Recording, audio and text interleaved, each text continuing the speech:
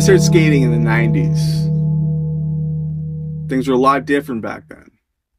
We didn't have world class skate parks. We didn't have safe spaces. We had street spots. Spots like this. This spot was real prime. Real prime. We had two concrete benches, similar to those at Kildonan East High School, the gap in the middle. And we had to deal with the pastor or the father, whatever that person's called. Provided we don't skate during service hours, respectful to patrons, no graffiti, nothing like that. We could skate there as long as we want. As long as it was a great spot. You could spend hours there. Well, it was all fine and dandy until one day someone decided to throw a brick through the stained glass window. Next morning, those benches were gone. They took them out. That spot will never be resurrected.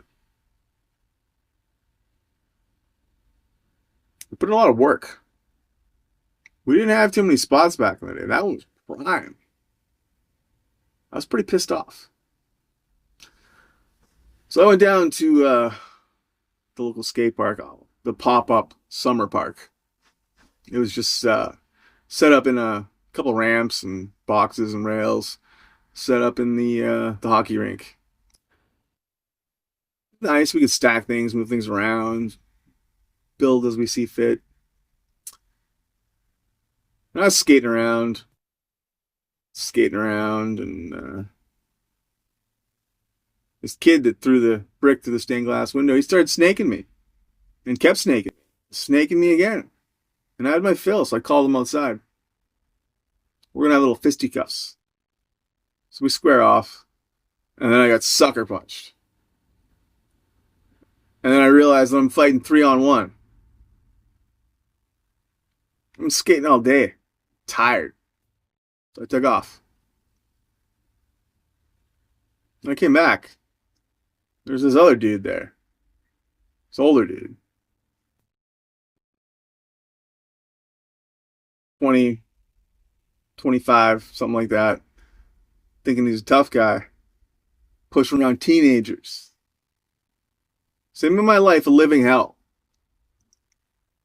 That summer. Every time I see him, he threatened me with violence. Ran into him a few times.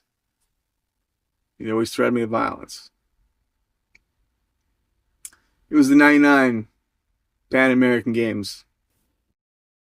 The place to be was at the Forks. It's the only place to be. There's nothing going on, man. Everyone went there. Me too.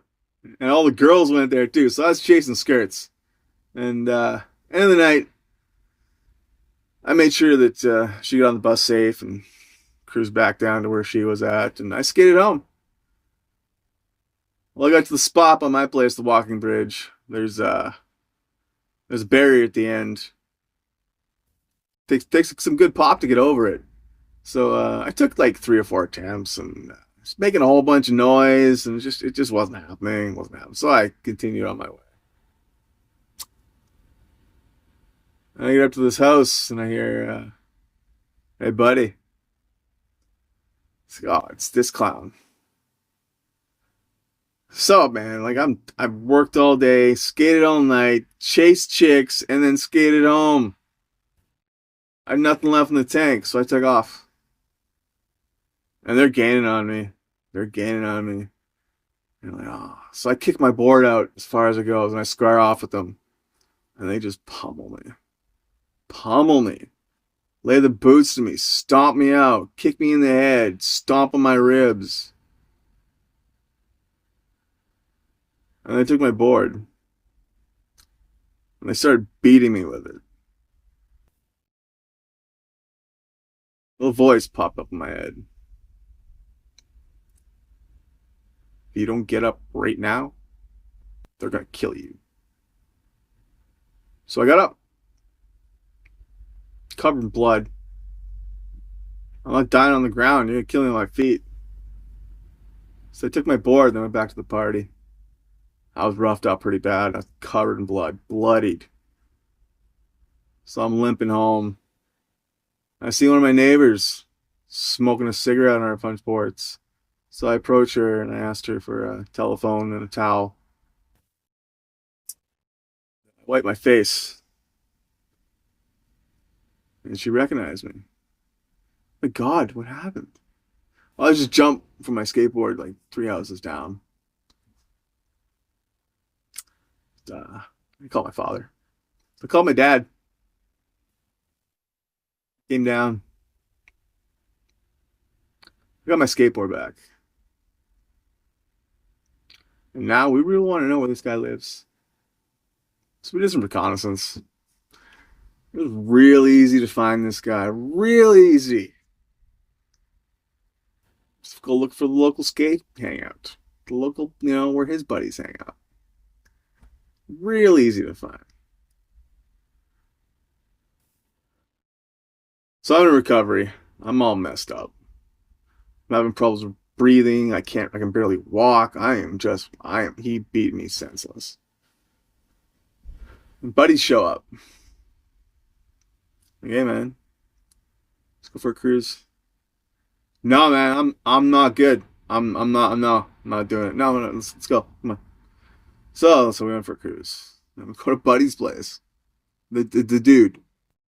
I'm like, man, this ain't cool, man. Like, I'm not cool with this. Check it. U-Haul. It's moving out. I don't know what my old man did, but he leveled playing fields.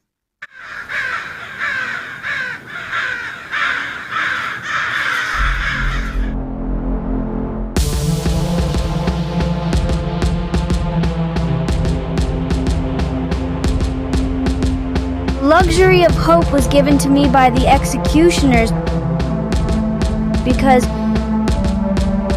if the cold-blooded can learn the value of human life, maybe we can too.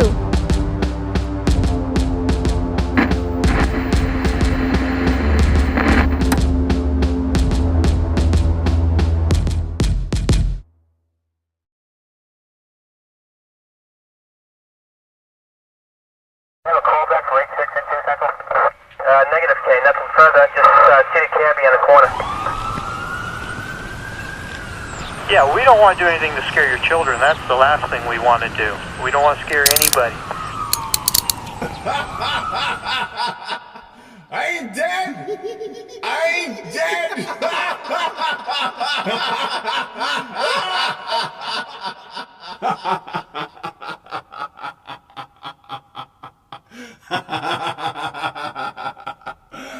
I remember your face.